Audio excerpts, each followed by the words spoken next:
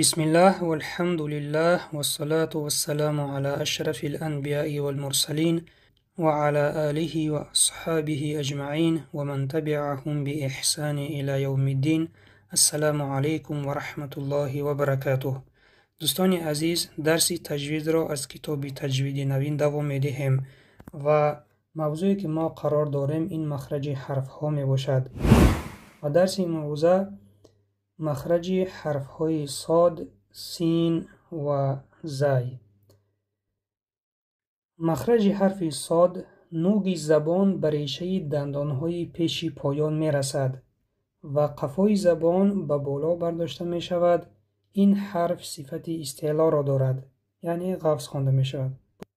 ببینید دوستان، نوک زبان به ریشه دندان های پایان می رسد و قفای زبان باشد به بالا برداشته می شود.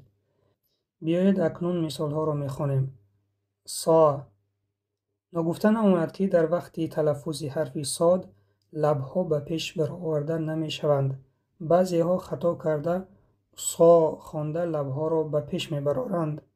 قفس خواندن حرف صاد از قفای زبان وابسته است. قفای زبان را به بالا می برداریم، حرف قفس خوانده می شود. سا، سی، سو، اس، ایس، اوس، اصلح، یصلح. صف، صف، صف، صاحب، صوحب، سیلا، سم، فس، صرف، صبر، بصر، قصب.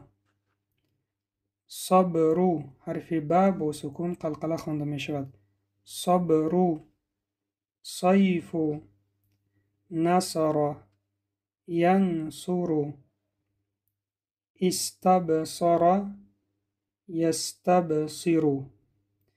میگذاریم به حرف بعدی.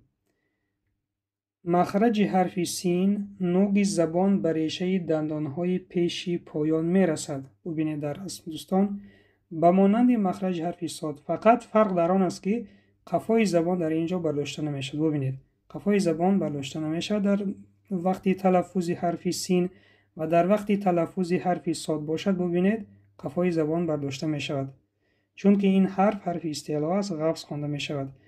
و حرف سین باشد حرف استفاله است، یعنی باریک خوانده می شود و این سبب قفای زبان برداشته نمی شود. مثال ها را می خوانیم.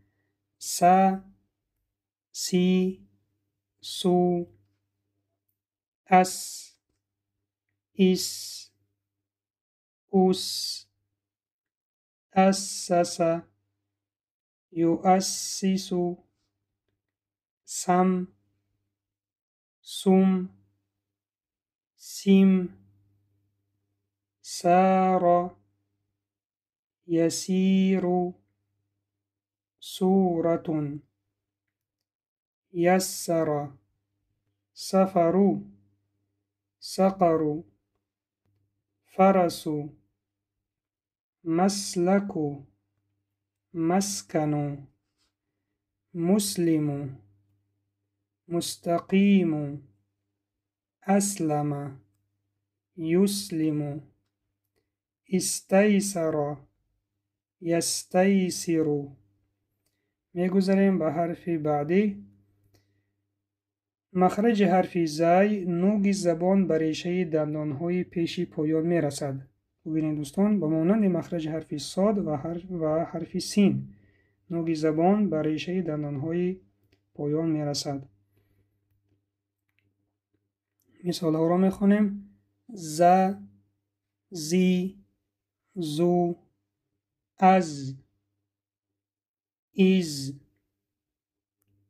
اوز، از، یعز، زر، زیر، زور، زار، یزور، زین، ازرو، ازرو، عذرو، ارزو، زفرو، زائرو، زرع، يزرع، تزلزل، يتزلزل، متزلزل، تزلزل. سوالها برای سنجش. یکم، مخرج حرفهای صاد، سین و زی کجاست؟ دوم، کدام از این حرفها صفت استعلا را دارد؟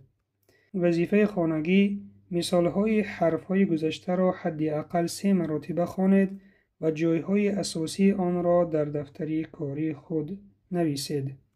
این بود پایان درس امروزه. سبحانك اللهم و بحمدک، نشهد ان لا اله الا انت، نستغفرك و نتوب الیک. السلام علیکم و رحمت الله و برکاته.